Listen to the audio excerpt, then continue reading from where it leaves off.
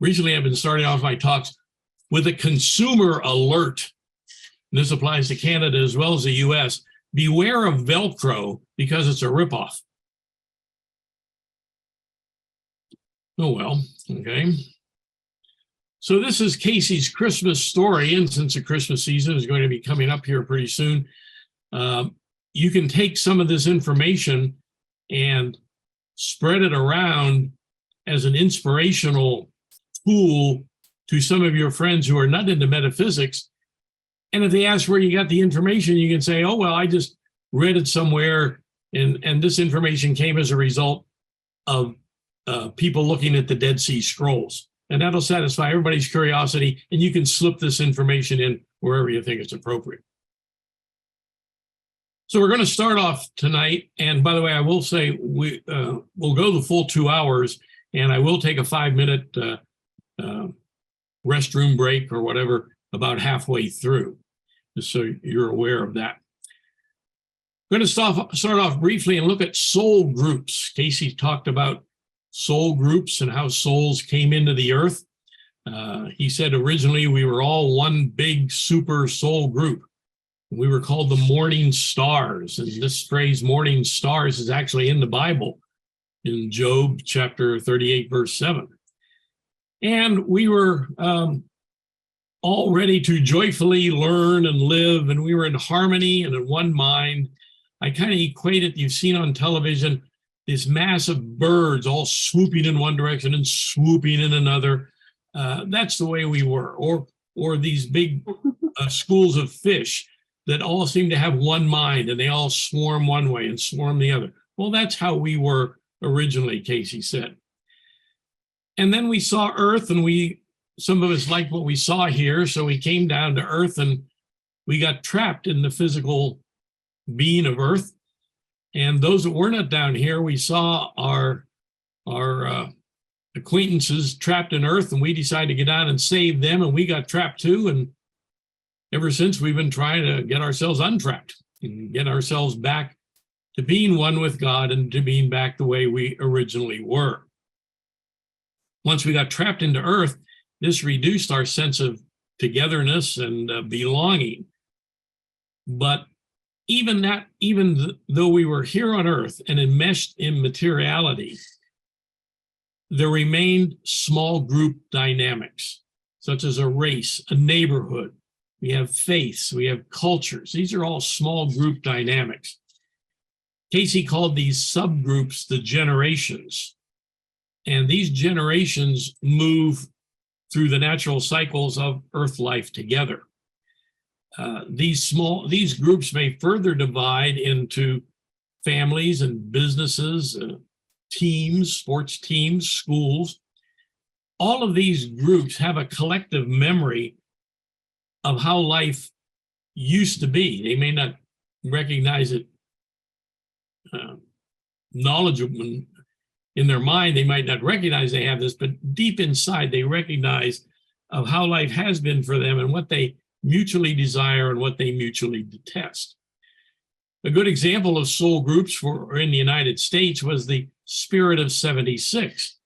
The United States was founded in 1976, where that's when the Revolutionary War started, and this led to the founding of the U.S.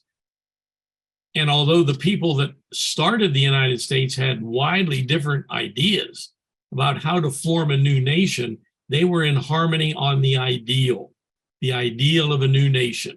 And of course, Cayce said ideals are one of the most important things you can do in life.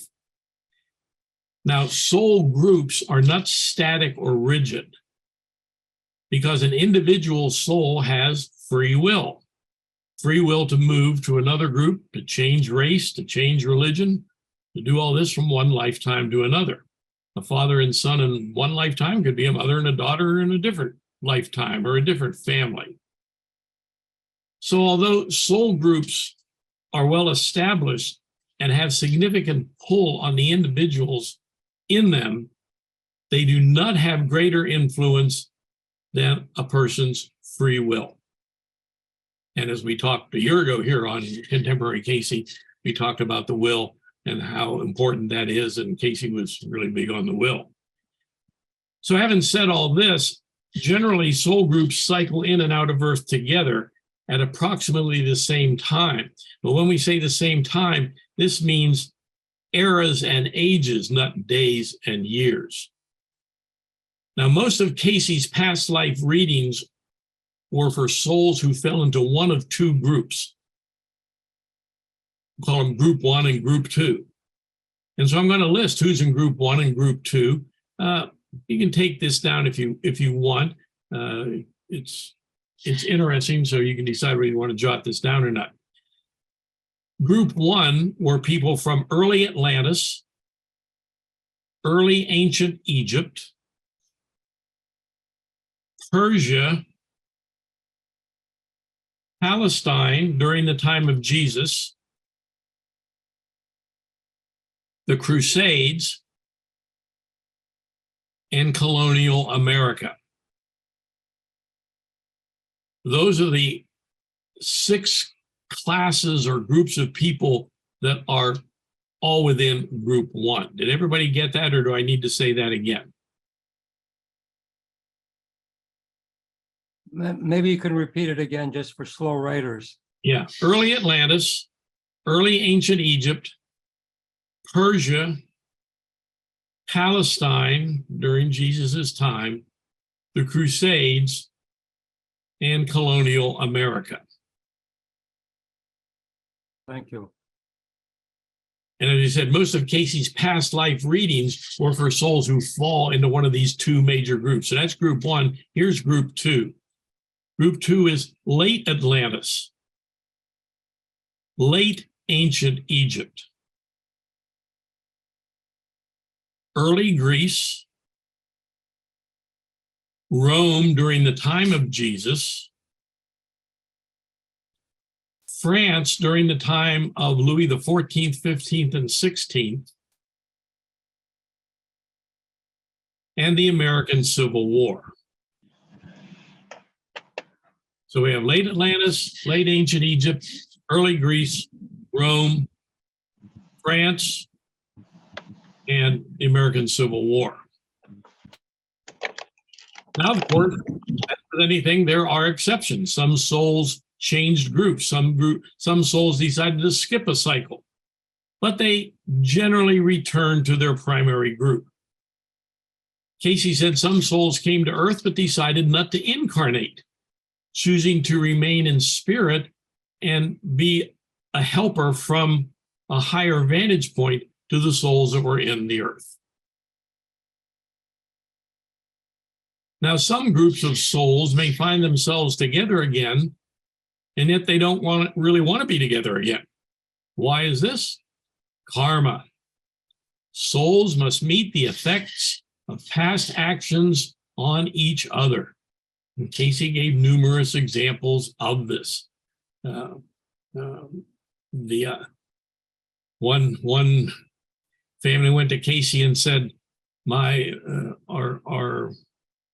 our son, 4, 5, 6 years old, whatever, he wets his bed all the time. Why is that? And Cayce said, well, back in the time of the Salem witch trials in the U.S., he enjoyed dunking the people accused of being witches, dunking them in the water. And so he's experiencing this as karma. Now, of course, Cayce said there's good karma and bad karma. We tend to think of karma as bad karma, but there's good karma too. So if you do good things, you're going to meet good karma. And if you do things that are not necessarily the best, then you may meet some bad karma. So all of that is an introduction to one soul group that we're going to look at, and that soul group is the Essenes, spelled Essenes. Now, most people had never heard of the Essenes until 1947, when the Dead Sea Scrolls were discovered in caves in Qumran in Palestine. From 1947 to 1955, about 900 scrolls were discovered. And these were generally written about 300 years before Christ. Now, 1947 was 2 years after Cayce's death in 1945. But Cayce mentioned the Essenes as far back as 1932. And at the time, people said, well, there's no history of the Essenes, so you've got to be wrong. And then, as with many other things, Cayce was eventually proved right. Well, how did Cayce know about the Essenes before the Dead Sea Scrolls were discovered? Well, as we all know, he tuned into the Akashic records. All of life is recorded in this etheric field and can be read if a person's mind can tune into it. And Cayce's mind could do this. The Dead Sea Scrolls showed that 3 sects of people existed, S-E-C-T-S. 3 sects of people existed at the time that Christ was born. The Pharisees, the Sadducees, and the Essenes. And we're going to discuss each one. I'll tell you how to spell each one and read that in a second. But the Bible never mentions the Essenes. Why is this? Well, because the Essenes lived off by themselves. They were a lot of the Pharisees and the Sadducees thought of them as kind of like the hippies who back in the 60s and 70s just decided to live off in their own communities and not associate with anybody else. So the recorders of history didn't really know much about the Essenes, and if they did, they said they were such a minor group they weren't even worth considering. So that's, and of course we know the Bible was written by mankind and from records that were recorded. So that's why the Essenes are not in the Bible. So now let's look at each of these 3 groups and we'll discuss the essential qualities of each one. So first one is the Pharisees, P-H-A-R-I-S-E-E-S.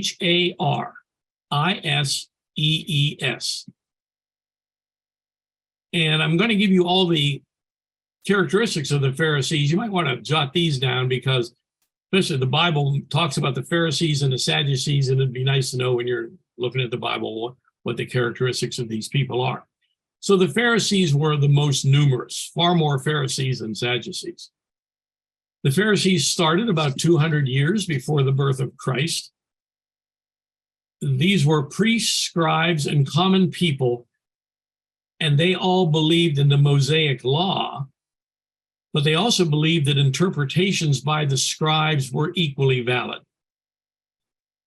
Now, the Pharisees placed religion above politics, which meant that they could live with any government that ruled them as long as it did not restrict their religious freedom.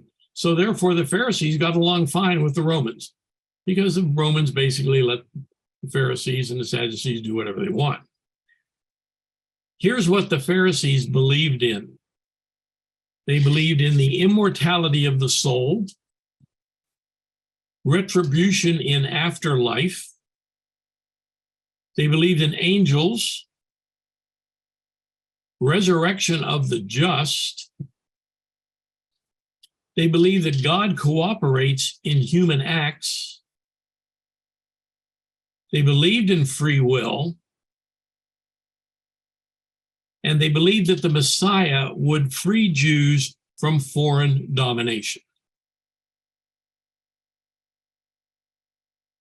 So I'll run through that list real quick again if you're writing down what they believed in: immortality of the soul, retribution in afterlife, angels, resurrection of the just, God cooperates in human acts, free will, and that the Messiah would free the Jews from foreign domination.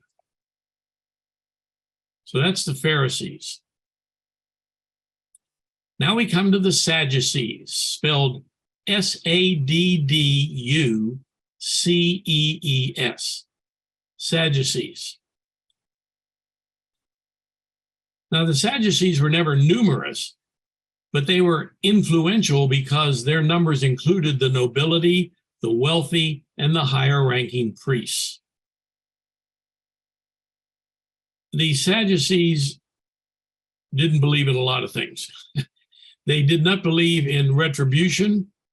They did not believe in resurrection. They did not believe in angels. Did not believe in spirits. Basically, the Sadducees said, we're going to decide what we want to do, and that's it.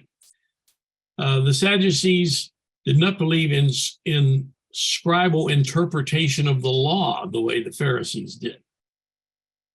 Sadducees did not believe in answered prayer. They did not believe in divine guidance. And they had little belief in the Messiah. They just didn't need the Messiah. They're just going to do their own thing. They did believe, however, in free will. So the Pharisees said Jesus could not have been the Messiah because he came on the scene as a carpenter instead of a king. The Sadducees said Jesus was a political rabble-rouser who had to be crushed in order to protect their exalted position. So that's why both the Pharisees and the Sadducees rejected Jesus, but for different reasons. Any comments on anything that I've covered so far? It sounds, Ed, it's Larry. It sounds Yeah. like the Sadducees seem to be a replication. We've repeated that here in today's world, where we have Right. upper class, middle millionaires who tend to want to control everything and have it go their way and not interference. That's it. That's for sure. Wow.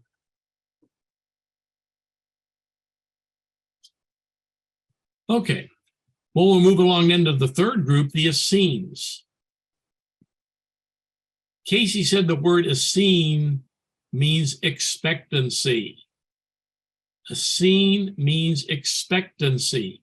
The Essenes expected the Messiah.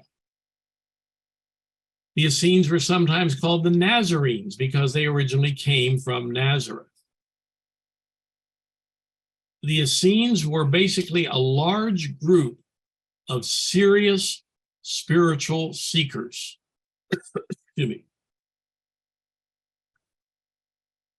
And although their scrolls were found in Qumran, their headquarters were on Mount Carmel. Mount Carmel is a coastal mountain range 24 miles long in northern Israel, and it's in the hills that overlook Galilee and the Golan Heights and overlooks the Mediterranean Sea.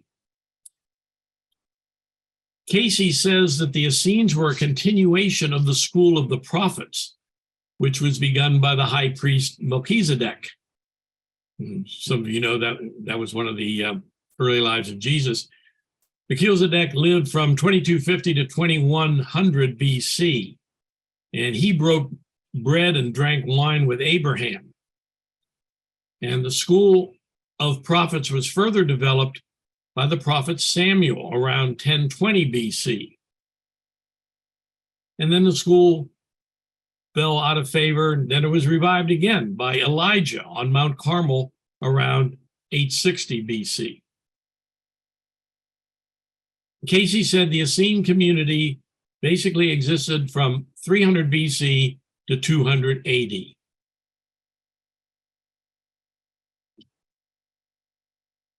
Why did the Essenes go off and live out in the wilderness by themselves? Because they wanted the Messiah to come back. And they looked around the world, as we might look around the world today, and say, there's no way Jesus is going to come into the world in this mess that the world is in. We have all these wars and politicians fighting and infighting and just, there's no way Jesus is going to come back. Jesus is going to come in to the world in this situation. So we as a group of people are going to go off by ourselves, and we're going to be very spiritual. And we are going to be so spiritual that God and the Holy Spirit and Jesus will see us and will say, yes, there are good people in the earth, and therefore the Son of God can come into earth because these people have shown him the way, shown there it is worthwhile for the Son of God to come into earth. So that was the reason for the Essenes' existence. That's why they went off by themselves, because they wanted to be very spiritual. And so they didn't want to be corrupted by the Sadducees and the Pharisees.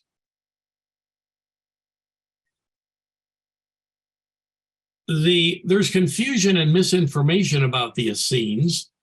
I'll just touch on this briefly. Some people say the Essenes were celibate, but researchers at Qumran found graves of women and children.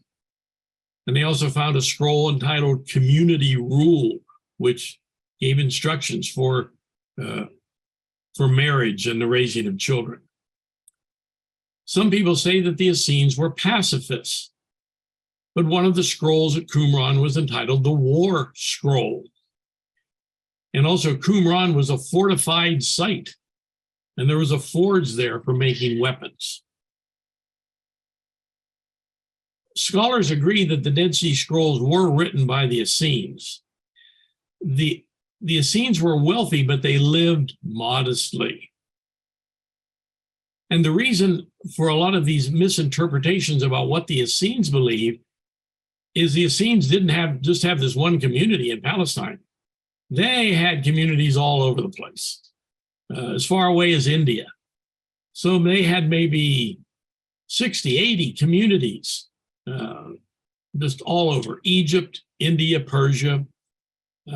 So that's why there can be disagreement on what the Essenes believed in, because different of these communities might have had different thoughts.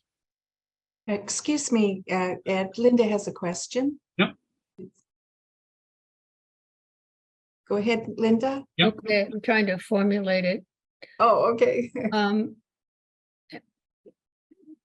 This may be terribly naive, but wouldn't times of disaster be a better time for a Messiah to come and help us than to wait until we've got it together and then come in?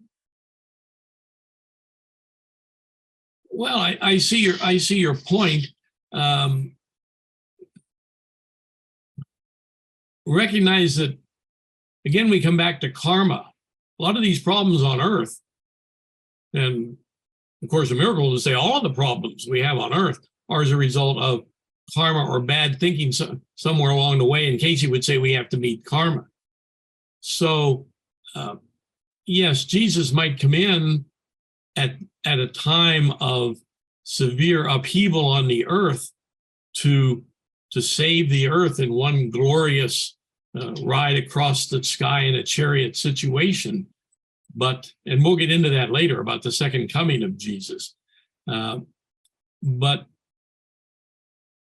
that doesn't seem to be the thought of a lot of religious scholars, that Jesus is going to come back to save the earth. He's going to come back when he feels, the Holy Spirit, God feels that it's the time to come back. And so I can't really speak for Jesus's mindset on this. So I'm not sure whether I answered your question or not there. I don't know if it's answerable. Right. Very good. Yeah, it may not be answerable. Okay, and Robert has a question too. Yeah. Thank you, Donna. Ed, I'm going to try and make this quick. I don't want to interfere with this. You had mentioned earlier the difference between the Sadducees and the Pharisees. My Yeah. question is, on the cross, so as stated, INRI were the letters above, which said Jesus of Nazareth, King of the Jews. My understanding, having been brought up in Roman Catholicism, was that it happened from the Jewish culture where the greatest influence was. However, my understanding is the Jewish culture never believed that the Messiah came.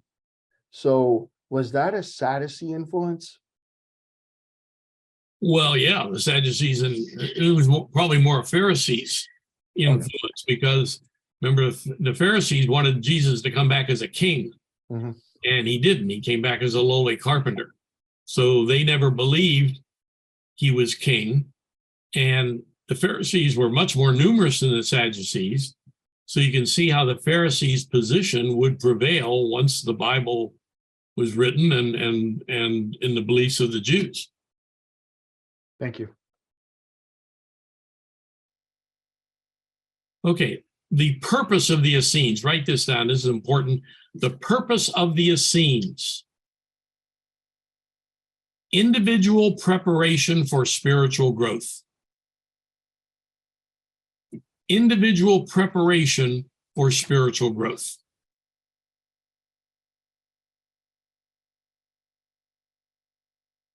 And then there was a secondary purpose of the Essenes, and that was to prepare enlightened people to go out into the world as light bearers in the world. Light bearers to counterbalance the darkness of selfishness, materialism, worldliness.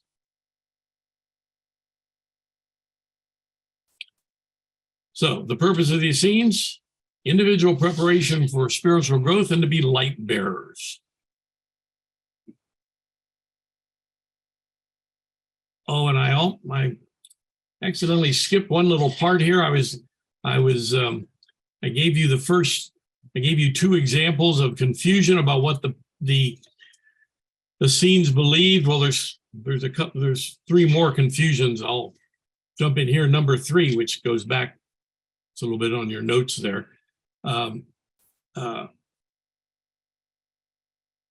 Philo, one of the early scribes, he wrote the Essenes had no animal sacrifice, but a scroll at Qumran was called the Temple Scroll, and it contained precise instructions for conducting animal sacrifice. And also then the next item, Josephus, and he was another scribe. There were four scribes back in the Essenes' day: Philo, Josephus, one other guy, and Pliny the Elder. We always hear about Pliny the Elder. I like that name. They wrote about the Essenes, but their writings were long gone, and that's why people hadn't heard about the Essenes by the time Cayce was here. Josephus said Herod the Great honored the Essenes, but the scrolls indicate otherwise, indicating that Herod and his dynasty among the, say this the right way. The scrolls say that Herod had a lot of enemies among the Essenes. And we'll get into that later. We'll show you actually how he had enemies among the Essenes. The Jews at the time used the lunar calendar. The Essenes used the solar calendar, very different. So again, I said the reason we have these differences of opinion as to what the Essenes believe is because there were so many communities of Essenes all over the place in different countries that different groups could believe different things. Oh, I see. Okay. Excuse me, Ed, Larry has a question. Yeah. I guess maybe you already answered it, the fact that there's so many different groups of these scenes. My question is, you said one of the objectives was to prepare enlightened people as light bearers throughout the world. Well, how does that kind of implies a distinction between within the population of these scenes? It implies a distinction of different classes of people. Right. I mean, the Essenes knew the Pharisees and the Sadducees existed, and the Essenes, I would imagine, since they were very spiritual, concluded that they were enlightened, and they wanted to go to be light bearers to these other people who weren't enlightened. Yeah. Just as we in Cayce say, at some point we say, well, we're enlightened by the teachings of Cayce, so we want to spread these teachings to other people who haven't had the opportunity to hear these teachings. I guess I've heard it more than once from various sources, spiritual sources of information, that in today's world, we have light bearers that all around the world trying to guide us to move into the next level of existence, I guess. Right. So our job is to pay attention to the light bearers and to have wisdom and discernment. That's a key phrase that I like. Wisdom and discernment to know who is a light bearer, who is a true light bearer, and who is a false light bearer. And obviously in politics, we have all sorts of false light bearers. And so again, that's why we're here at our school, to practice wisdom and discernment and to be true light bearers. Okay, also Tom has a question Yeah. for you. Tom, go ahead. one or two background comments. Hello, Ed, but I love your background, by the way. Is that a TV or are you on a beach? Oh, that's on my private island here in the Caribbean, and I have lots for sale. I thought so. Well, I'll buy one, Ed. Anyway, if I may, let me go back to a bigger picture that might be useful. Cayce once had a dream that he was on a train with all of the great evangelicals. And on the train, they were saying that someone very advanced who loves Christ must go to the earth to prepare the way for the second coming, apparently. And what was answered is one of them, I don't know if it was Billy Sunday or Moody or whoever, replied, send Cayce, he'll go. So what it appears thematically for that is that souls from the other side come in, as the reading stated, there was two groups of very high level souls that came into the earth and became entrapped. And that's why Christ, the soul Emilius, wanted to set up a plan. The last point that I would make is that we might want to consider karma as a memory at one level, because it isn't God that judges us. What we have to do is, Cayce said, we only meet ourselves. So because we're part of the Akashic field, the mind of God, then we have to meet what we have done in order to overcome our selfish limitations. But at the deepest level, it depends on what level we meet it at. At the level of Christ, which is forgiveness, Cayce said, once we accept Christ, then we're no longer under the law of karma, but under the law of his grace. Karma really acts as a function of a process for grace, for God being able to help us. Right, and that's in my talk on universal laws. We get into that heavily on karma and grace, and what's the difference, and how do you move from karma to grace. John Van Auken has a good lecture on that. So Cayce was big on that the goal ultimately is to move from karma to grace. What did Cayce say about the Essenes? Well, remember we said expectancy. The Essenes believed in the prophecy of a Messiah. And this prophecy was given to Daniel by the archangel Gabriel. And this is in the Bible, Daniel chapter 9, verses 25 to 26. This was to be a new order, a redemption of the world. And again, Cayce said that the purpose of the Essenes was individual preparation for spiritual growth. Now, by the way, it's interesting. The Essenes considered women to be equals with men. Excuse me, and therefore women were allowed to serve in temple ceremonies. In the Bible, Luke chapter 2, verses 36 to 38, the baby Jesus is shown to a female prophet at the temple. And all it says is the temple, it doesn't say what temple. Well, the only temple that would have allowed such a thing to occur was the Essene temple at Mount Carmel. The Essenes were also believers in astrology and numerology, which Cayce also said is very important. Now, Jesus didn't just appear suddenly. He was the result of 300 years of Essene efforts to prepare the way for the coming of the Messiah spirit and the Messiah consciousness into the earth. They were off by themselves. They tried to live a very religious and very spiritual life, and their results paid off. Because of the Essenes, Jesus came into the earth.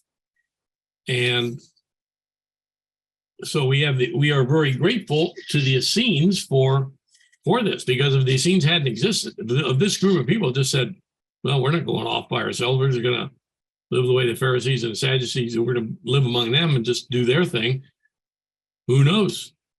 Maybe Jesus wouldn't have appeared, or might have appeared much later. So now we're going to move along to the selection of Mary. how is Mary selected to be the mother of Jesus? And all of the information now I'm giving is straight from Cayce. Remember, we said that the archangel Gabriel had prophesied the coming of, quote, the anointed one, in Daniel chapter 9.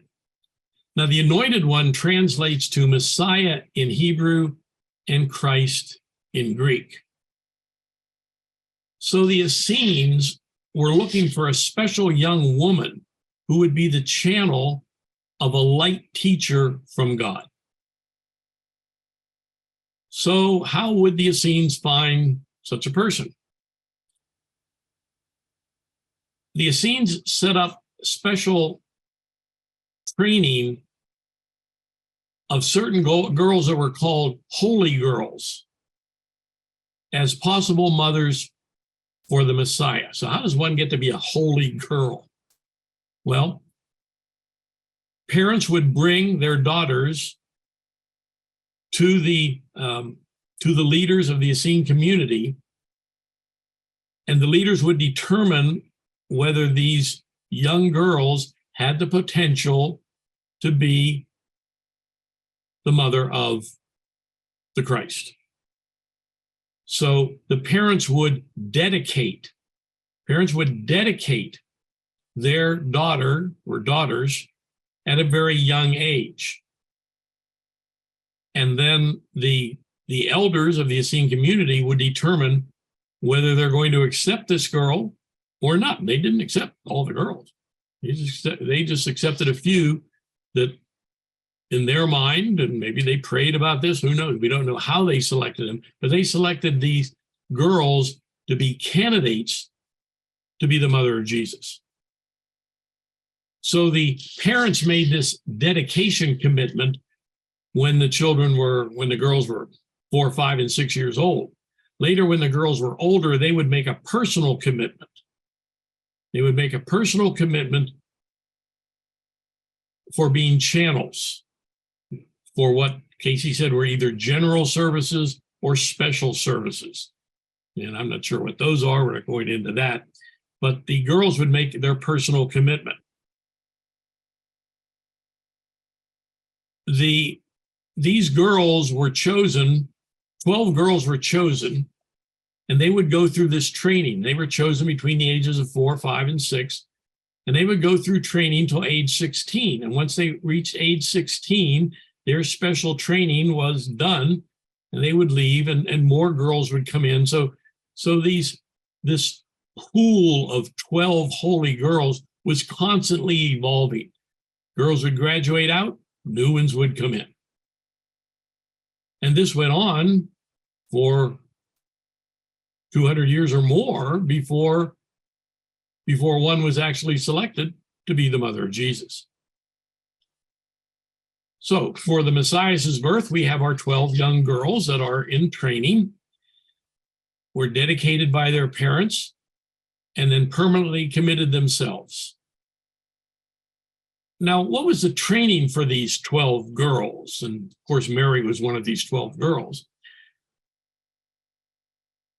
These 12 girls were restricted from activities and associations that normal young women enjoyed, especially the prevailing idea that of what an ideal woman was. And the prevailing idea in the world was that a woman would be attractive, beautiful, sensual, appealing to men. None of this was part of the training of the 12 girls. Instead, these 12 girls in training were engaged in spiritually uplifting activities. And I'm going to list a bunch of these here. You don't have to write this down necessarily, but just to get the idea of how these girls are being trained. They were being trained in lessons in destiny, in the destiny of humanity as souls. They were given lessons and discussions about original creation. Next, they were trained in divine service, such as being channels of light in the world.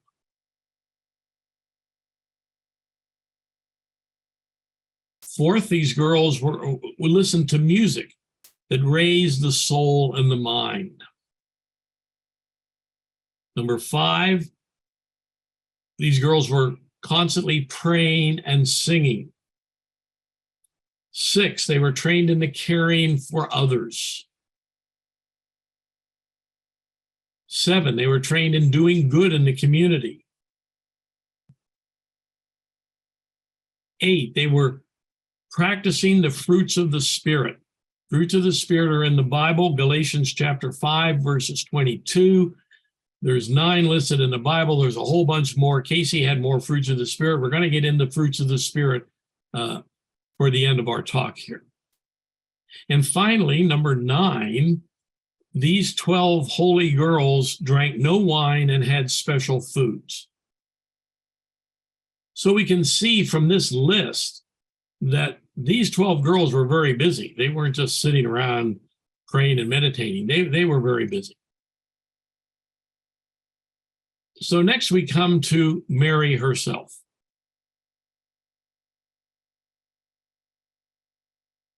Mary's mother, Anna, brought her to the temple at age 4 and dedicated her. Now, Anna claimed that Mary had been conceived without knowing a man. Cayce was asked about this. He was asked, is this true or not? He was asked in 2 different readings. One reading he said yes, and the other reading he said no. So we don't know the answer from him. But Anna claimed that Mary had been immaculately conceived. Now, some doubted this, but because Mary was perfect in body and mind for service, she was accepted by the elders. And by the way, there's an excellent book out called Anna, Grandmother of Jesus. And this is a channeled book, and it's not from Cayce, but it's an uplifting book. If you ever come across this, it talks about Anna, that Anna lived, I don't know, 800 years or so, way beyond after she had married. And it's an uplifting book, so I encourage you to consider reading this book if you ever come across this. It's called Anna, the Grandmother of Jesus. Excuse me. So now we go to the actual selection of Mary. Well, every day the 12 girls climbed the temple steps to visit the altar. They would arrive at school, say at 8 o'clock, and they would all walk single file to the temple and up the temple steps into the temple. And they started the day at the temple for prayer and to burn incense. And a different girl led the 12 each day. So one day, near the age 13, Mary led the procession. Mary was, Cayce said, had chestnut hair and brown eyes. And as the 12 girls made this procession to the temple, all 12 were bathed in bright morning sun, which made them all look as if they were clothed in purple and gold. Now, there were several elders and teachers watching this. Excuse me. 2 of these elders were Matthias and Enos. And also watching was Judy, who would one day teach Jesus. And we'll get into Judy's role in the second half of our talk here. So we have this procession of 12 girls, and Mary's at the front. Number 2 in line is Josie, Josie. She had become like a sister to Mary. Next in line was Jenife, Jenife. She was a year younger than Mary. And then next in line was Andra, Andra, Sophia, and another girl named Mary. Now, most of these maintained a friendship with Mary and with Jesus all their lives. These are the 5 that were the most closest to Mary, the mother of Jesus. Further back in line, there were a couple other young girls. One was named Edithia, Edithia, and she and Jenife were sisters. and they were daughters of an innkeeper in Bethlehem. So now the actual selection of Mary went this way, and normally I don't like to read, but I'm going to read just a couple brief paragraphs from the book entitled A Christmas Story as Told by Edgar Cayce. It's published by the ARE Press. This comes from reading 2067-11. And this is directly from this book, and it says it much better than I can say it offhand, so I'll just read it briefly from this book. As Mary reached the top step, there was thunder and lightning. She stood still, her eyes looking up in radiant wonder and awe. A great halo of light formed around her, and within the light, the angel Gabriel appeared, taking the child by the hand before the altar. Wide-eyed, Judy stood still. Matthias drew in his breath sharply, and Enos stifled a cry. This was the manner of choice. This was the showing of the way, for Mary had led the others on this day.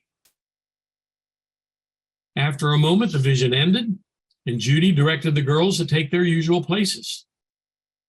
Josie and Janice were stunned by what had happened to Mary. It would be 3 more years before Mary would conceive the Christ child, and longer still before she would join Joseph. But as that time approached, the famed wise men had already begun their journey, and Mary's teacher, Judy, had begun to play a role in what would now unfold in the land. That ends this reading from the book entitled A Christmas Story as Told by Edgar Cayce. Now, schooling for these 12 was completed about 3 years after Gabriel appeared to Mary on the stairs, and all the girls went home. And at age 16, Mary had become a beautiful young woman. One day when she was alone, Gabriel suddenly appeared to her and said, "Hail, you are highly favored, the Lord is with you, blessed are you among women." And Mary was troubled by this. Obviously, if an angel appears suddenly in front of you, you'd probably wonder about this too. But Gabriel said, "Fear not, Mary, for you have found favor with God, and behold, you shall conceive in your womb and bring forth a son." Mary asked, "Well, how could this happen?" And Gabriel said, "You will be overshadowed by the Holy Spirit and conceive a child, and his name shall be Jesus, and he will be known as the Son of God."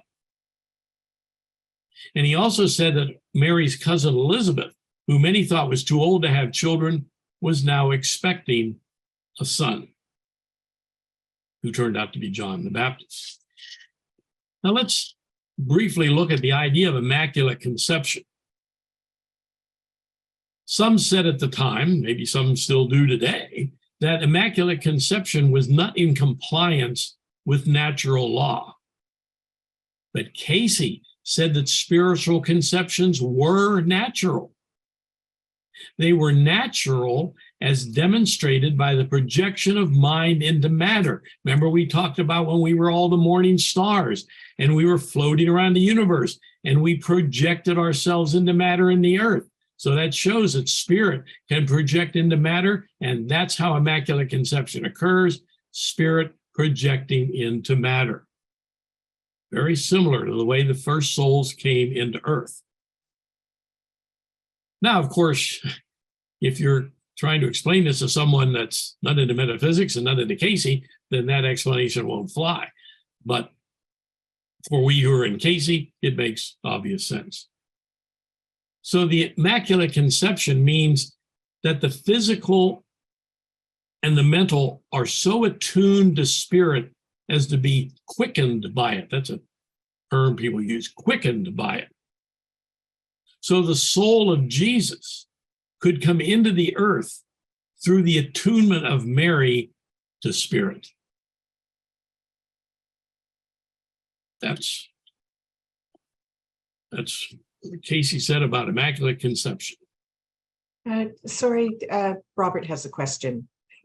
That's okay. Yep. Yeah, that's right. Hi, Ed. You had mentioned that the preparations had gone on for 400 or so years, and they went through the same trials every day, this, that, and the other thing. My question is, what were they looking for as the sign as to when they could stop and somebody was chosen? They didn't know. They just said, we'll be shown at some point. And Okay. they concluded that when Mary was chosen, that had never happened before, and there were no other signs like that. So they concluded that that was it. You answered it. Thank you. Now, while pregnant, Mary visited with her cousin Elizabeth, who was much older. And when Elizabeth saw Mary, she realized that Mary's baby would become the Messiah, and that her own child, John the Baptist, would help prepare people to receive him. And while Mary visited Elizabeth's home, Mary was again visited by the angel Gabriel. Elizabeth had her baby first, John the Baptist, but he wasn't called the Baptist until after his death. And just before we do our break, let's briefly look at Joseph. Now, Joseph knew about the angel Gabriel appearing to Mary on the temple steps. I mean, everybody in the community knew about this. But it wasn't until 3 years later, at age 36, that he was told about the role that he would play. Now, normally in that time, most Jewish families had marriage arrangements made by the parents. But for Anna and Mary, it was questioned whether they belonged to any family, because Anna said Mary was immaculately conceived. Joseph received the news of his part that he would play first in a dream and then by direct voice, accompanied by fragrances and visions. Now, initially, he was very disturbed because of how much older he was than Mary. He was 36 and she was 16. So he wondered what people would say, just like what would they say today? But once he was assured that his role was divine will, then he knew he would fulfill this role. And when he went to claim Mary as his bride, she was already with child. They were married at the temple at Mount Carmel. Again, he was 36, she was 16. During her pregnancy, Mary spent most of her time in the hills of Judea and only a portion of the time with Joseph in Nazareth. So now we're going to look at the actual birth of Jesus. So why did Mary and Joseph go to Bethlehem? Well, the rule back there was then you had to pay your taxes in the city of your birth. And Joseph was born in Bethlehem, so that's where he had to go. So imagine today if you live in Vancouver and were born in Toronto, you had to go to Toronto to pay your taxes. That's the way it was back there, but of course everybody was much closer together. But that's why they had to make the journey to Bethlehem. Now, the innkeeper gets a bad rap. And in all these church plays at Christmas time and nativities, it's the innkeeper saying, "Be gone, no room at the inn." Well, here you're going to get the real story. And you can tell this real story to others about this myth that the innkeeper was a bad guy. And when they ask you, where do you get this information? You can say, oh, this came about because of the discovery of the Dead Sea Scrolls, and they won't. Fine. So the innkeeper's name was Apsafar, Apsaphar. And he was an Essene. He was the father of Edithia and Janeith, two of the 12 girls in the procession. So he had seen a vision. He knew who Mary and Joseph were. He'd seen the star in the east. Now, at the time of paying your taxes in your hometown, this was like the 4th of July and the Super Bowl all rolled into one big celebration. So it was a big festival time. It's hard for us to think you're going to have a big happy festival when you're paying your taxes. But that was one of the few times in the year when everybody could get together. So they got together, and of course, they got together in the restaurants. And where were the restaurants? At the inns. And not only did they have food there, they had drink. So the scene in the inn was a giant drunken party. And Absafar, the innkeeper, knew this was no place for the Son of God to be born. So when Mary and Joseph walk in, and of course other people see him, he said, "There's no room here." And he said it loud so that everybody in the inn would hear this, and then would just dismiss Mary and Joseph as just two travelers, and they would just ignore them and go about their party. If he had paid any close attention to them, then maybe they would have been bothered by some of the other people in the room. So this no room at the inn, this was meant to be implied that they were turned away. And this was a story that everybody else in the inn was meant to hear.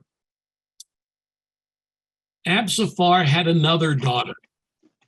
Her name was Sarapha, Sarapha. She was 1 year younger than Mary. She had attended Essenes meetings. She lived in Bethlehem, but she had attended meetings, so she knew about the upcoming birth. So she prepared ahead of time the stable. She prepared it ahead of time in case it was needed. She didn't know whether it would be needed or not, but she wanted to be prepared. So the stable was all prepared and ready before Mary and Joseph even arrived because of the innkeeper's daughter, Sarapha. Now the birth occurred about midnight. Sarapha was there, so was her mother, the innkeeper's wife, whose name was Sodaphe, Sodaphe. Now, everyone in the stable and everyone in the inn, they all saw the star. They all heard the angels sing, "Peace on earth, goodwill to all of good faith." Now, some at the inn made fun of this whole thing and just laughed about it. But others in the inn, because of this, realized some of the unkind things that they had said that maybe needed to be readjusted in their lives and in their relationships to things that would happen in the future. So these signs in the heavens did affect some people. Now, let's look at the shepherds and the wise men. The shepherds who were present, one was a relative of Elizabeth. I'm not going to give you the names, that's not important. But the shepherds were important because they represented humbleness, the humbleness of Jesus's birth. The wise men are the key. Who are the wise men? Well, they were people who looked for and sought a better understanding of God's laws. They were called the wise men, wise ones, or sages. They were in accord with the higher purposes held by Jesus. Maybe all of us, because we are studying the Cayce material, maybe we would have been considered wise men or women back in that time. So the wise men used psychic ability and astrology to find where Jesus was. Astrology with the star, but also psychic ability. They started to travel to visit Jesus before Jesus was even born. And they arrived 2 to 3 weeks after the birth. Now, the three wise men represent, in a metaphysical sense, the three phases of human experience in materiality. Write this down. Gold, which is the material, which represents body. Frankincense, Frankincense. Frankincense represents the ethereal, which is the mind. Myrrh, Myrrh, that's the healing force. That's the soul. Cayce talked about body, mind, and soul. And we have gold, frankincense, and myrrh. And if you want to appear very knowledgeable to your non-metaphysical friends, you can tell them that. Where did the information come from? Dead Sea Scrolls. So the wise men represented an encouragement for Mary and for everyone who was there who was nourishing and cherishing the birth of the Messiah. In other words, if these guys would come and visit, this must be a big deal. So everybody was encouraged by the wise men being there, those that were in the know and looking for the Messiah. Now, there were more than 3 wise men. There was also a 4th and a 5th.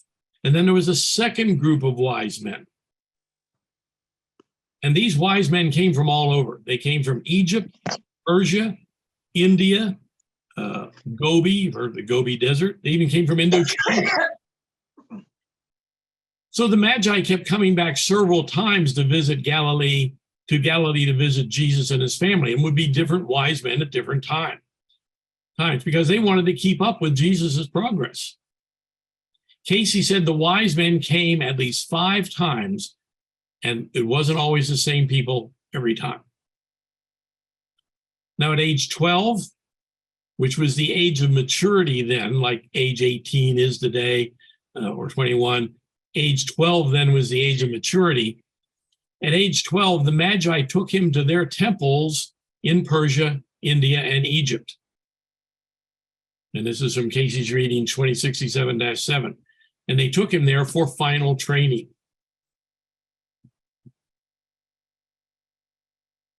So that's the story of the wise men.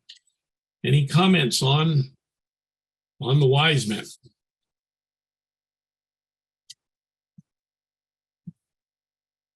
Okay, we're now going to move along to Judy. Judy was the teacher of Jesus. Reading 1472-3 talks about Judy and the Essenes.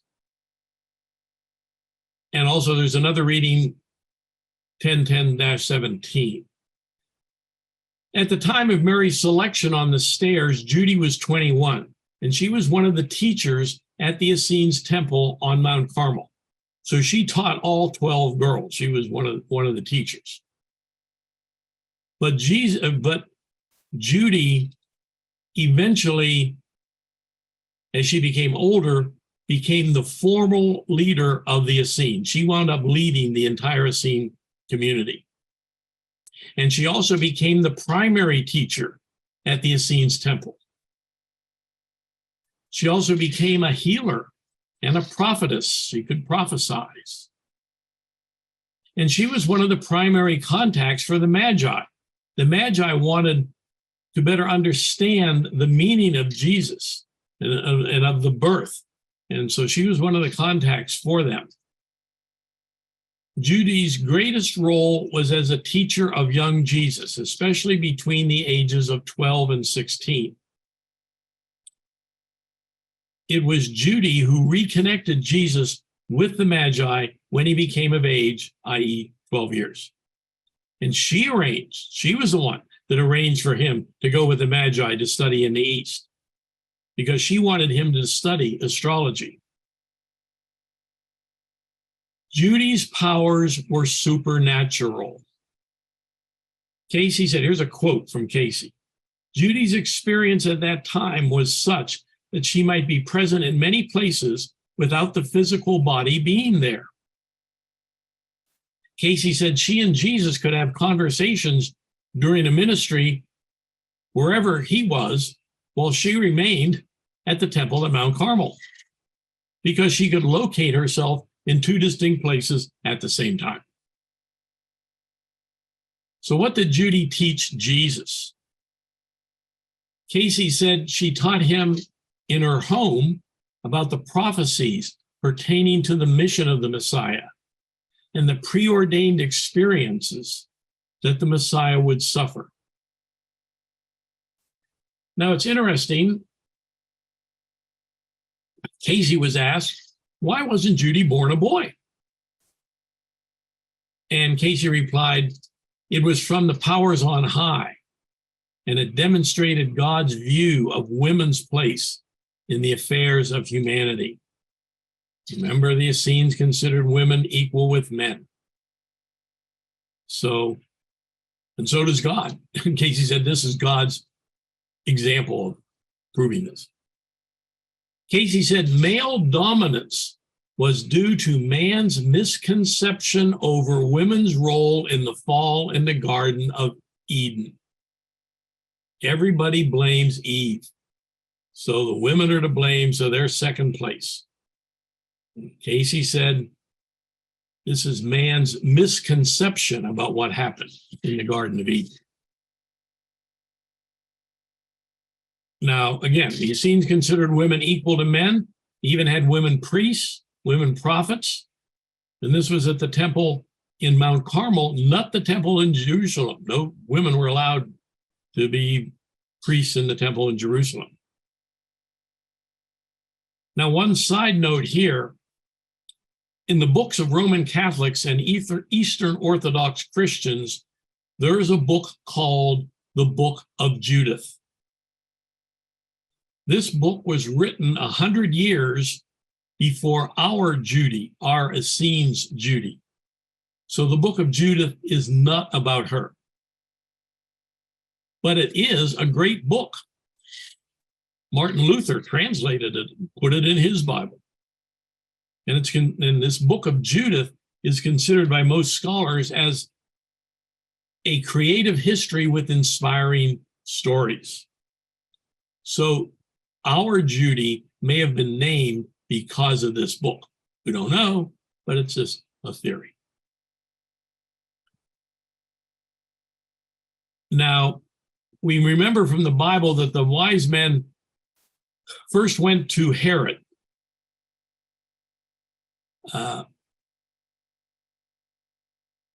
Why did the wise men go to Herod? He wasn't the number one ruler. He was only like number 2 or 3 in authority. Why did the wise men go to Herod instead of to the Romans, who were the big authority? Because of Judy. Judy considered Herod a bad ruler because he sought only to boost himself. Judy wanted him out. And if he had turmoil with the Romans, maybe the Romans would get rid of him. So what would upset Herod? No one, not the wise men, not Judy, not the Essenes. Nobody said that the new king was to replace Rome. Rather, it was to replace Jewish authority in the land. Now, Herod wasn't a real Jew, but he called himself one so that he could rule. So if the Messiah was to replace Jewish authority, that meant Herod. Herod would be out. So that's why Herod issues the edict to destroy all the newborns in Judea, and why Jesus flees to Egypt. Judy lived to be very old. She was present at the feeding of the 5,000. She was not present physically at the crucifixion, but she was there in spirit. Cayce gave a reading for a woman that he said had been Judy at that time. Her name was Julia Chandler. And I'll give you one sentence from that reading, 1472-1. And he said this Julia Chandler, who lived at the time of Cayce, he said to her, the entity gained through the heart and body, I'll say this again, the entity gained though the heart and body was often weary from the toils of the day and the very selfishness of others. The entity grew in grace, in knowledge, in understanding. So that's what Cayce had to say about the woman in modern times that was Judy in this previous time.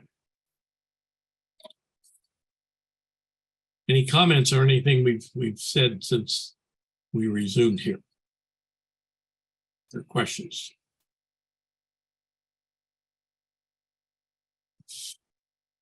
Okay. Well, let's look at the flight to Egypt. From the Bible, we might think that it was Mary, Joseph, and Jesus fleeing to Egypt by themselves. But this was not so.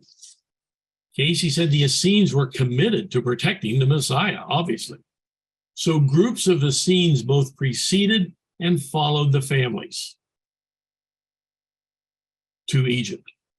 In addition, first Judy and then the leadership of the Essenes said someone should be with the family at all times. So the family never traveled alone, and they were never in Egypt alone.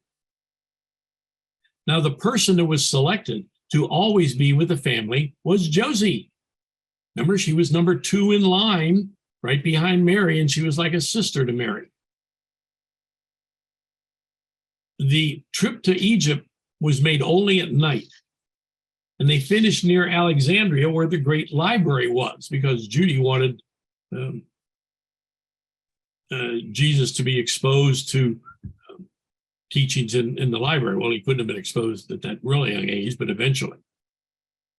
The initial time in Egypt was 4 years, 6 months, and 3 days. And then they returned to Judea and Capernaum. Josie continued to care for the family. When Jesus went back to Egypt again at age 12, she went with them. And she went with them also when they traveled with him when he would travel to Jerusalem. Remember in the Bible where Jesus went to the temple with his parents wondered where he was?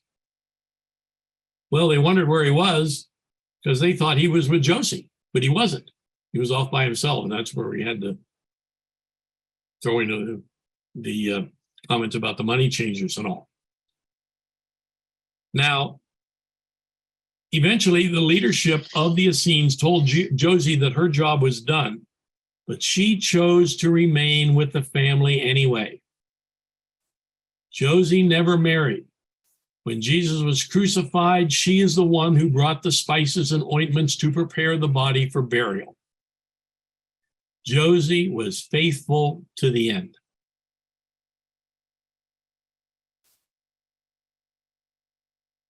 So the next 18 years after, from age 12 to age 30, well, the first 4 years, Judy teaches Jesus at Mount Carmel. Then Jesus goes to Egypt, to India, Persia. From Persia, he was called back to Judea at the time of the death of Joseph. Then he went back to Egypt.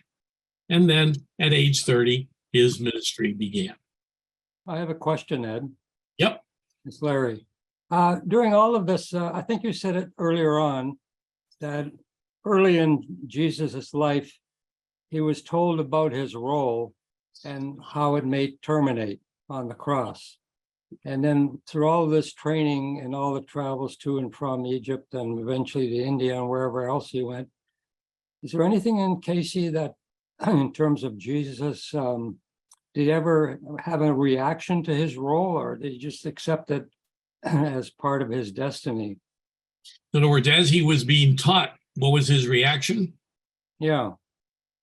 I have no idea. I don't know of any reading that says that. There may be, but I have no idea. Yeah, I just thought I'd ask. Okay, thanks. So, what does Cayce want us to learn from the Essene story? Cayce says we have the opportunity to be modern day Essenes, to prepare the way for the second coming of Christ. That's why the Essene story is so important. We are to prepare the way for the second coming of Christ. Which then leads to the question, well, how will Christ return? There are 3 theories to this. Number 1, Christ will return in a fiery chariot across the heavens for everyone to see. And 2 readings actually talk that this might be the way. And I'll insert here a little aside. If you want to experience Jesus returning in a fiery chariot through the heavens, listen to Sibelius Symphony No. 2. Sibelius is spelled Sibelius. Sibelius Symphony No. 2. And you listen to the last 10 minutes. And you can Google this, and there are all sorts of, on YouTube, their Symphony No. 2 is played by numerous orchestras. You can listen to the whole symphony if you want. The whole symphony is great, but the last 10 minutes are what we're talking about here. Sit by your computer in a comfortable chair, very quiet, as though you're in meditation. Crank the volume up and just listen. And it's really neat because you can hear the preparation and the thunder in the background and the chariot slowly appearing. And the Christ gets closer and closer, and finally the Christ is there. It's really an amazing experience. Other people I've told this to said, yes, they've recognized that they experienced this after I told them about it. So consider listening to the last 10 minutes of Sibelius Symphony No. 2. The second way that Jesus might appear when he returns a second time is to small groups of people, the same as he did when he arose from the cross and he appeared to disciples on the road and that kind of thing. Excuse me. And the third way he might appear is to individual people at different times. The phrase, when he shall be perceived. I like this third option myself because it's in line with how he came to earth the first time, in a very humble fashion. And if we say that this third way has merit, and that he will appear to individual people at different times when he shall be received, that means he's already returned. He's already returned to individual people at different times. And therefore he can return to you and me at any time. And maybe already has to some. When he shall be perceived. That appears to me to be a very spiritual, high-ended look at how Jesus might return. Now, Jesus says we are to prepare the way for the second coming of Christ by being modern-day Essenes. Well, how are we to be modern-day Essenes? By living our lives the way the Essenes did, studying spirituality, following the fruits of the Spirit. Fruits of the Spirit, I'm going to run through a list of these here. Love, forgiveness, patience, faith, meekness, kindness, gentleness, peace, joy. These are all fruits of the Spirit found in Galatians chapter 9. Now, one of the handouts I had for this, and I sent it in a text to John, and I guess the text didn't go through. Then I sent it by surface mail to Larry 10 days ago, and he hasn't received it yet. 11 days ago now. So he is going to receive eventually in the mail, postal mail, these, because it isn't online, this list of the fruits of the Spirit. And there are like 23 of these. Not only are there the 9 from the Bible, there's a whole bunch from Cayce, and there's a bunch more from other people. So this is a handout. And hopefully, and I don't know a lot about computers, but Larry and John can post this with this talk so that people at some point will be, when they listen to this talk, will know that this handout is there and they can download it, and you'll have all these fruits of the Spirit right on one page in front of you. Yeah, okay, we'll do that, Ed, when we get it, and then we'll figure out the best way to distribute it. Yeah. All right. Now, another way we can be live our lives the way the Essenes did is to seek to establish the Christ consciousness within us. And that's what Cayce is all about. Remember, he has a definition of the Christ consciousness. And I'll give this, and I always assume everybody knows this, and then I always get a bunch of people say, no, we don't know it. So I'm going to give you the definition of Cayce's definition of Christ consciousness. Write this down, memorize this. This is the guts of Cayce. You want to have this down. The definition of Christ consciousness. The awareness within each soul. The awareness within each soul, comma, imprinted into pattern in the mind. Imprinted into pattern in the mind.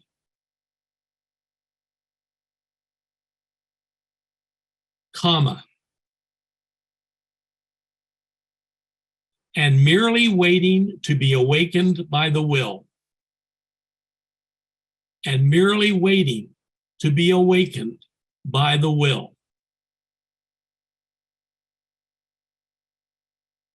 Comma. Of the soul's oneness with God. Of the soul's oneness with God. Period. That's it. I'll read it through. The Christ consciousness is the awareness within each soul, imprinted into pattern in the mind, and merely waiting to be awakened by the will of the soul's oneness with God. Now that sounds like kind of a big blob of words. So let's break this down so we really understand what this means. The Christ consciousness, where is it? It's within every soul. Every soul has this. Whether in the United States, Canada, Mongolia, wherever, this awareness is within each soul. And where is it in each soul? It's imprinted into pattern in our minds. It's imprinted into everybody's mind. And what's it doing in our mind? It's sitting there, waiting to be awakened by the will. Waiting to be awakened by the will. Our will. And what's sitting there, waiting to be awakened by our will? The recognition of our soul's oneness with God. Okay, Colin has a question. Yeah. Yep. Yeah, can I say that's in the Dead Sea Scrolls? I would say I have no idea. I don't think it's in there, but I don't know for sure. It'd just be an easy way of saying, well, it's in the Dead Sea Scrolls. Oh, you want to say that to the Exactly. other people out there? Yeah. I don't know whether I would go that far to say that's in the Dead Sea Scrolls. No, I mean, I lead a lot of church services, and they're Unity church services, and there I can mention Cayce and Course in Miracles, no problem. And at the end of the service, when I'm back in the back shaking hands with people as they leave, they say, that's interesting, where'd you get that? And I say, I've read it in the book somewhere. Because my job isn't to convert them to Cayce or Course in Miracles there, it's to put an idea in their head.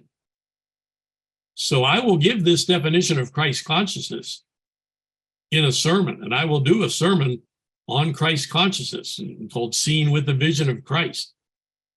Nobody disagrees with it. Everybody agrees exactly with it. It's so neat. All mainline people, most of them, 90%, will agree with what Cayce says and Course in Miracles says, as long as you don't say the words Cayce and Course in Miracles. Just neat. All right, so back to the Christ consciousness. We did that. Another way, a quick way of saying what the Christ consciousness is seen with the eyes of Jesus. That's how we implement the Christ consciousness. We see with the eyes of Jesus. Remember, WWJD buttons back in the 90s. What would Jesus do? Well, same thing, just put a different way. Anytime you have a question on seeing something, or what do you do? Ask yourself the question, how would Jesus see this? The readings say that the Christ journey is from the head to the heart, and it's the most important journey we'll ever take. Write that down. The Christ journey is from the head to the heart, and it's the most important journey we'll ever take.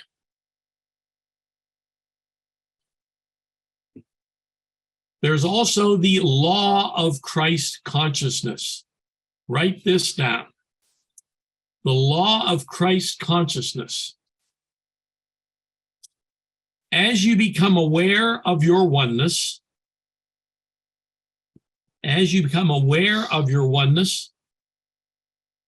comma, your body is filled with the light of the Christ consciousness.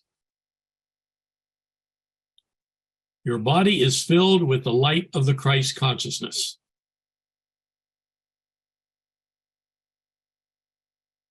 That's the law of Christ consciousness.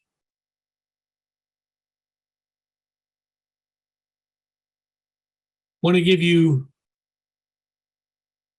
quotes from 3 Cayce readings. These are real quick, one sentence each. You don't necessarily have to write these down, just get the gist of what Cayce was saying on this topic. Cayce said, you can, quote, feel the babe in your heart in your life to be nourished. You want to nourish the baby Jesus that's in your life and in your heart. That's from 262-103. Cayce also said in the same reading, there never was when there was not a Christ and not a Christ Mass. Instead of saying Christmas or Christmas, it's Christ, one word, Mass, the second. And finally, Cayce said in reading, well, I'll give the quote first. Cayce said, Christ is not a man. Jesus was the man. Christ is the messenger. And that's in reading 991-1. In other words, the Christ spirit was always present. It just wasn't present in human form.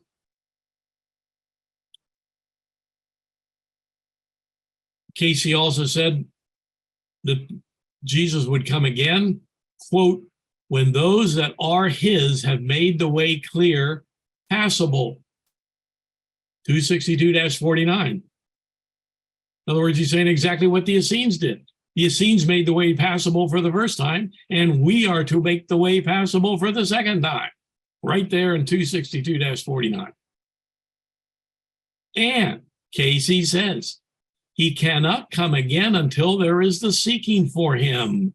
Again, the same thing with the Essenes. The Essenes sought for him, and eventually he came, saying the same thing to us. He can't come again until there is the critical mass of people seeking for him. And obviously, the ARE is a great place to start. So the preparation for his return requires an expectancy and a high standard of individual conduct, which is exactly the same as the Essenes. Here's another Cayce reading. Quote, let your daily life be free from criticism, from condemnation, from hate, from jealousy. And as you give power to the Spirit of peace, so may the Prince of Peace, the love of God, manifest. That's 3976-23.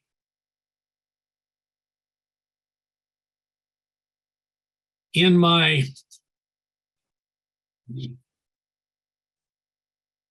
church services, both through Unity services and Presbyterian, I always give people a homework assignment. right at the very end, right before the benediction. I give them a homework assignment. And this is often what I give. Every morning when you wake up, as soon as you wake up, the very first thing you say, make this prayer. Lord, help me be a savior to someone today. Lord, help me be a savior to someone today.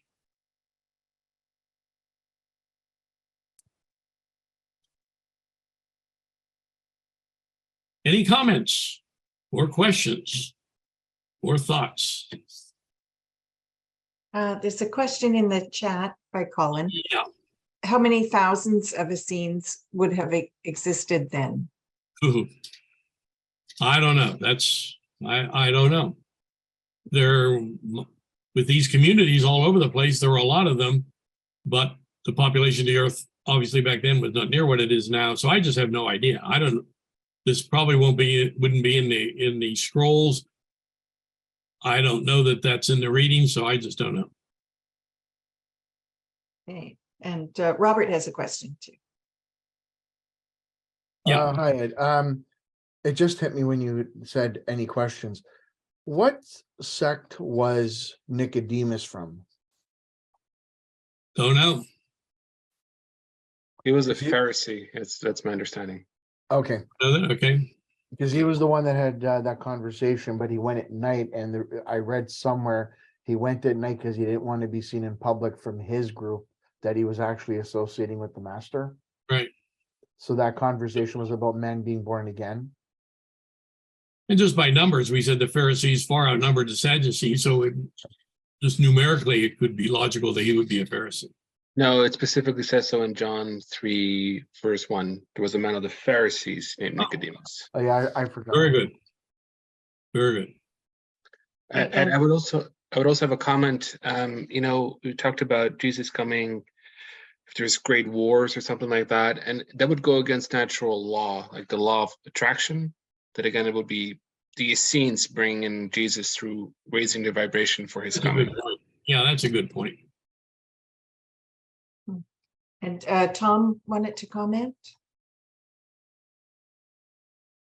I had to unmute my mic. Oh, Many, sorry, Tom, could you speak a bit louder, please?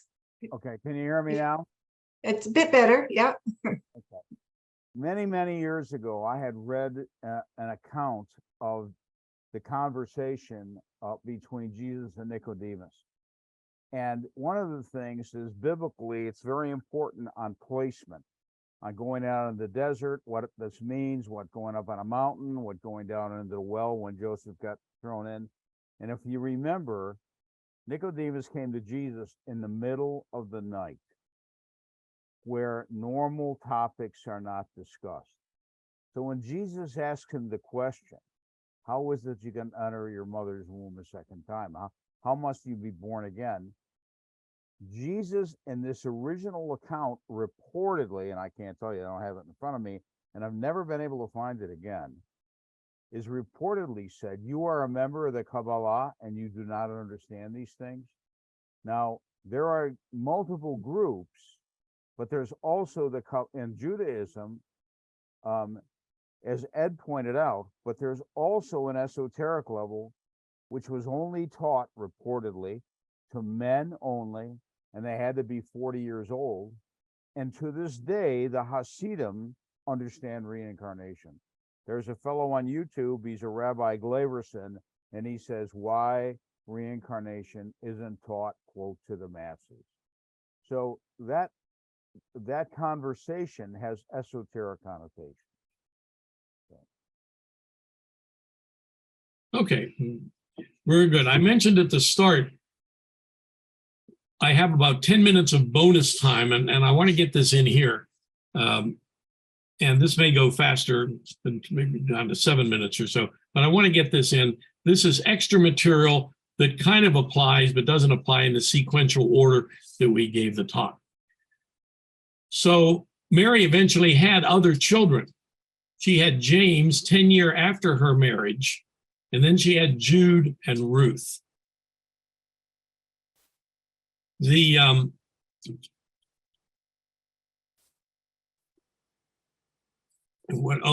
And Jesus's robe was made by Martha, who was Peter's wife's sister. And the color was pearl gray, and it was like a one-piece thing with a hole in the middle and just drop it over your head. And that was his robe.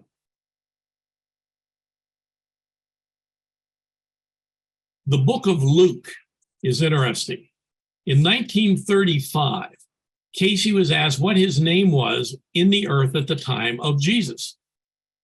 And Cayce replied, Lucius, Lucius, and no other information was given. Later, Cayce was lecturing at a conference, and several mediums who were present asked him if he had been Luke or an associate of Luke at the time of Jesus. And Cayce said nothing like that had ever been suggested to him, but the mediums insisted that it was true. So now we move to 1938 at age 60. And in a reading, the 1935 reading was expanded upon.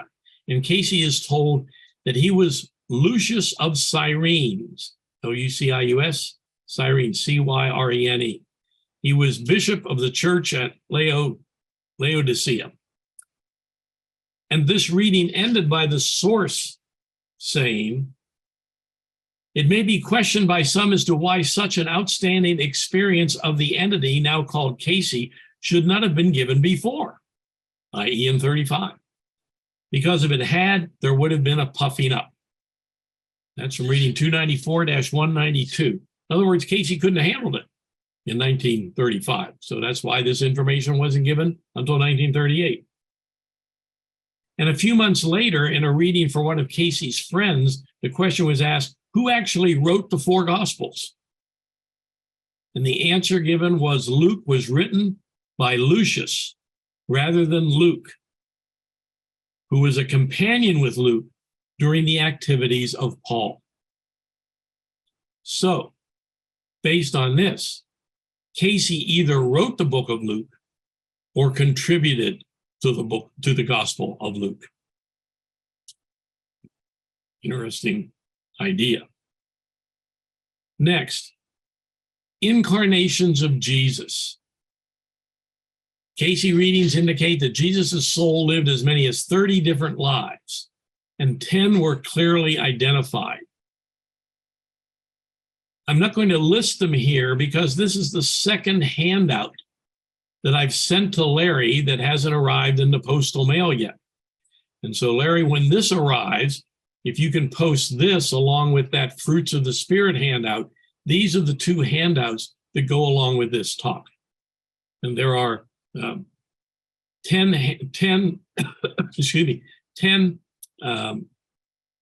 incarnations of Jesus. And also Cayce's Essential Bible. Cayce said there are certain items in the Bible that should be read. And this is in the handout is part of the handout that I'm sending. So again, Larry, if you can post this Cayce's Essential Bible handout, or post it online along with this talk, and then I don't have to go over all here. I could list them all here. If you want, it would take about 4 minutes, and we're coming up on our deadline here. But I want to mention about Cayce's Essential Bible. What do we do with his Essential Bible? In Robert Krajenke's book entitled Cayce's Story of the Bible, and the author's name is spelled Krajenke, and this is considered the definitive book on the subject of Cayce and the Bible. The source not only recommends what to read, but how to read them, how to read these sources in the Bible. And Cayce advised that we approach this book in a manner that puts us in touch with the source, the same source that Cayce had, using three steps. First, the recommended chapter and verse must be read as a direct message spoken to self. In other words, when you read these Bible verses, read them as though it's being spoken directly to you. Second, the message must be internalized and expanded upon through meditation. By emptying self, raising the Kundalini, or by a combination of being reflective and experimental meditation. And third, the interpretation of the message that you get upon meditating on these individual Bible verses must be acted upon and applied in one's life. Remember, Cayce was big on application. Don't just get the information, you have to apply it in your life. And Cayce said, it's not enough to be aware of the truth, we must live it. And that's through Cayce. Finally, I'm going to mention two books that I highly recommend. They are so worthwhile, it's worth an effort to find them, because you can't find these books in any bookstore.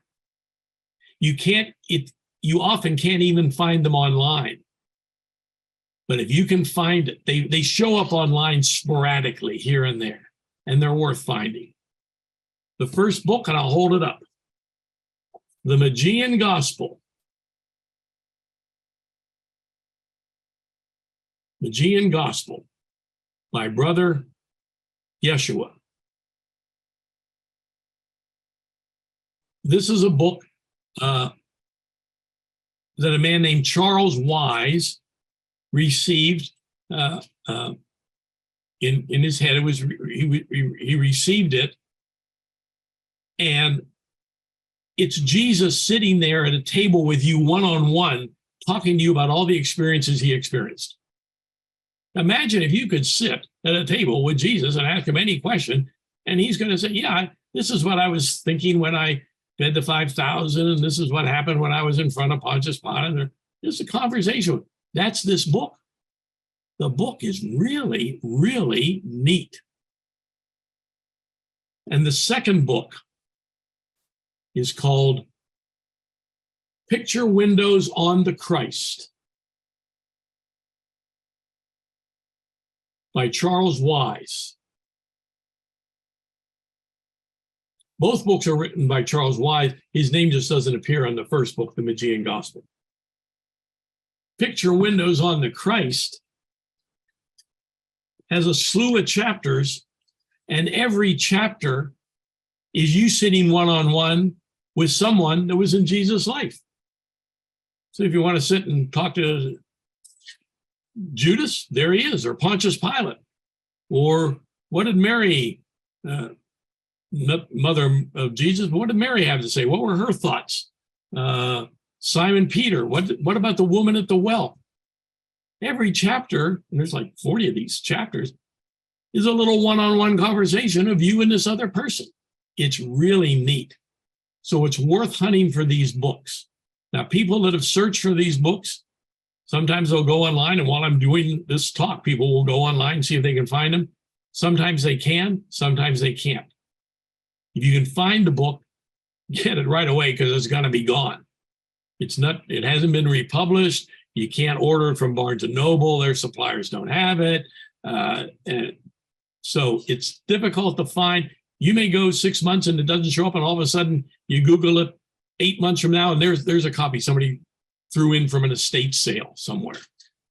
So these two books are just extremely inspiring and uplifting. And I highly recommend these if you can find them.